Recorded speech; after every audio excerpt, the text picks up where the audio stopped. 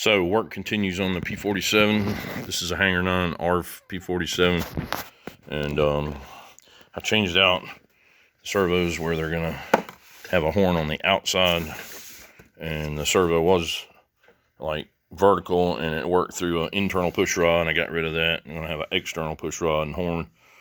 And then they had some really gnarly machine gun holes right here. I had to fix them, open this up where I could glass it on the inside. I added some doublers to the inside of the landing gear wells, seen in another video. I'm working on the other wing now. It's right here. And this is what really made the airplane unflyable. It landed so hard, the mains hit, and it pushed the wing up, and the wing tube just came out. Right in here, it just hinged out and busted all these ribs.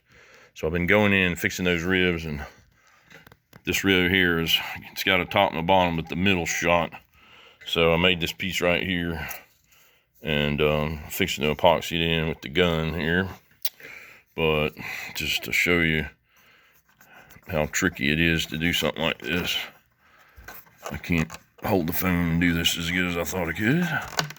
But it goes in like that, and then you kind of shove it forward, and it appears to be a little bit taller, but it is because a little bit of that rib came off with the sheeting when it busticated. So anyway, earlier I put this piece in right here. It's a little dark to see that one, but it holds that tube in right there. And then I just got one more to go, and I may run another stringer from here over to here just to keep that dang tube from doing that again. And then I'll have to create a hard point here for the flap horn, and then take the hatch that goes here and mount the servo flat like that. And then I gotta beef up the landing gear mounts like I did the other side.